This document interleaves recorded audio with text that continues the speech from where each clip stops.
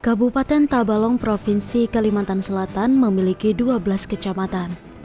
Kecamatan Jaro merupakan salah satu kecamatan yang ada di Kabupaten Tabalong.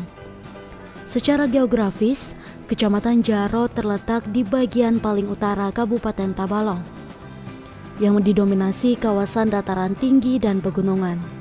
Kecamatan Jaro memiliki potensi besar di berbagai bidang, seperti pertambangan, pertanian, perkebunan, dan peternakan. Salah satu potensi yang cukup potensial untuk dikembangkan di wilayah Kecamatan Jaro adalah pertanian. Melihat sebagian besar wilayah di Kecamatan Jaro merupakan wilayah pegunungan, sehingga tanah di wilayah Jaro sangat subur.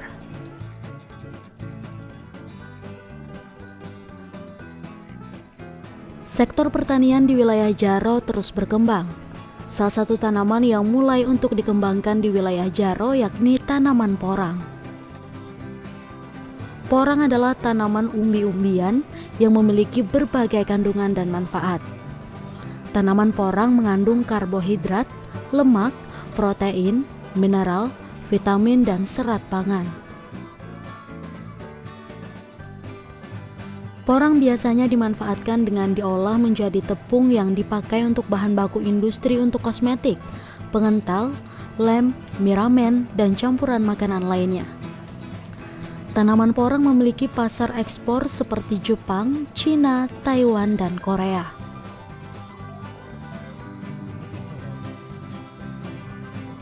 Melihat besarnya pangsa pasar porang, membuat Husaini, seorang warga dari Desa Nalui, Kecamatan Jaro, tertarik untuk membudidayakan tanaman porang.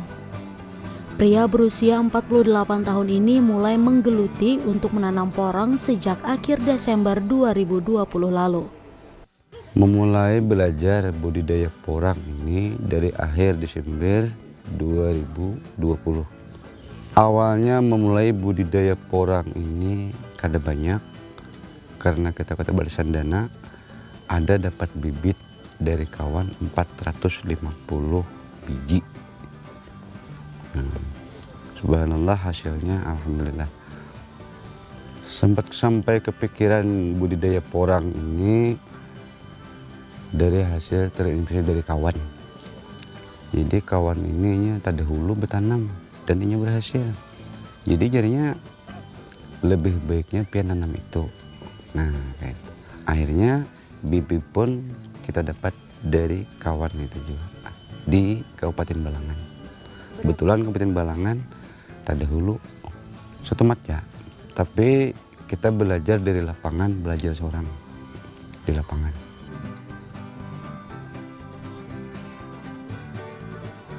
Ada beberapa keunggulan dalam menanam porang, seperti tanaman ini relatif bisa bertahan di tanah kering, sementara tanamannya hanya memerlukan perawatan yang minim. Kelebihan lainnya, porang bisa ditanam dengan tumpang sari karena bisa toleran dengan naungan hingga 60%. Seperti yang dilakukan oleh Husaini ini yang menanam porang tumpang sari dengan tanaman hortikultura tomat.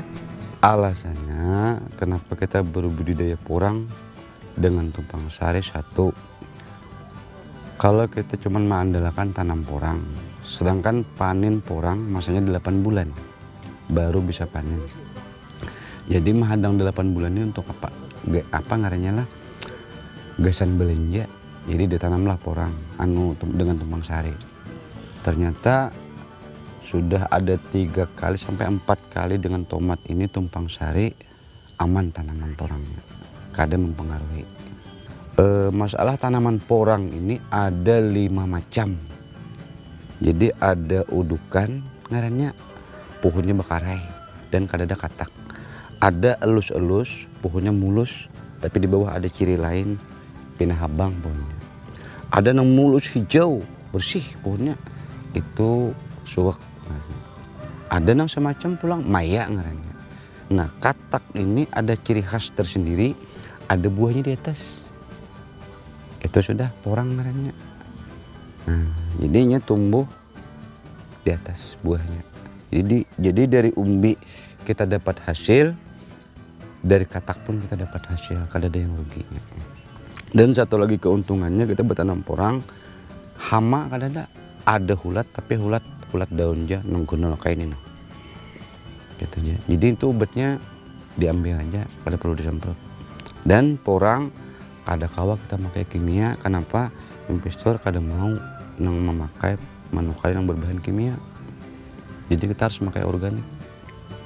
Nah, maka dari itu walaupun kada dibolehkan memakai pupuk kimia, tapi kita memakai organik. Makanya kita pun tomat tetap organik. Jadi kada ada efek samping lawan porang. Nah, gitu.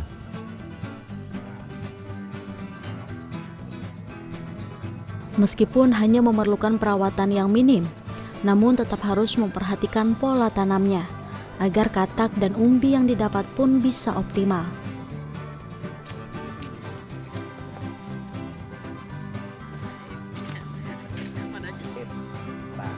Dalam membudidayakan porang ini, Husaini hanya menggunakan pupuk organik dari kotoran hewan kelelawar dan pupuk organik cair dengan melakukan pengocoran sebulan sekali. Aku memakai ukuran saat ini 30 kali 30, ada 35 kali 35. Nah, lebar bedengan 120. Jadi kita bisa tanam 4 baris. Ada. Bisa kita untuk pengocoran misalnya. Yang penting pertama tadi olahan lahannya, mau olah tanah itu harus maksimal. Itu banyak modalnya.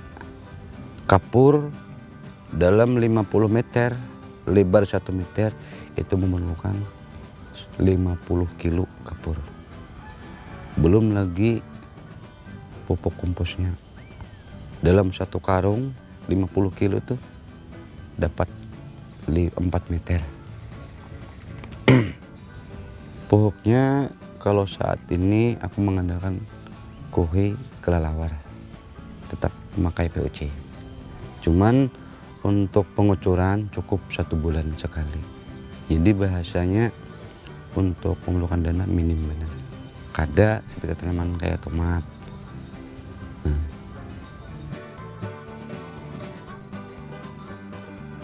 Untuk saat ini Husaini terfokus untuk melakukan pengembangan bibit porang, melihat bibit porang saat ini mengalami keterbatasan.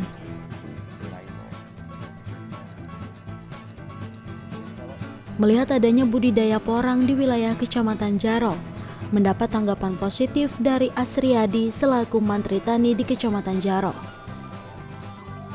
Porang ini pun dinilai berpotensi untuk dikembangkan di wilayah Jaro, melihat perkembangan pertumbuhannya yang cukup bagus. Kami menyambut baik dengan adanya inisiatif petani kami yang ada terutama di Desa Naleh, Kecamatan Jaro ini, untuk mengembangkan tanaman porang. Karena di daerah lain ini sudah berkembang sebenarnya. Alhamdulillah ada satu petani kita yang mampu berinisiatif untuk menanam porang ini. Alhamdulillah di tempat kita juga cukup bagus untuk dikembangkan porang ini. Kalau dilihat dari pengembangan yang dicoba oleh petani kami yang bernama Pak Husaini, kami yakin di Kecamatan Jaro ini akan berkembang porang ini. Kenapa? Karena dilihat dari perkembangan pertumbuhan ini cukup bagus, tapi dengan cara-cara yang teknologi yang perlu kita terapkan. Jadi ada sesuatu teknologi yang harus kita terapkan di lapangan. Nah, jadi kami berharap nanti kalau mau mengembangkan, artinya belajar dulu apa yang disampaikan oleh petani kami.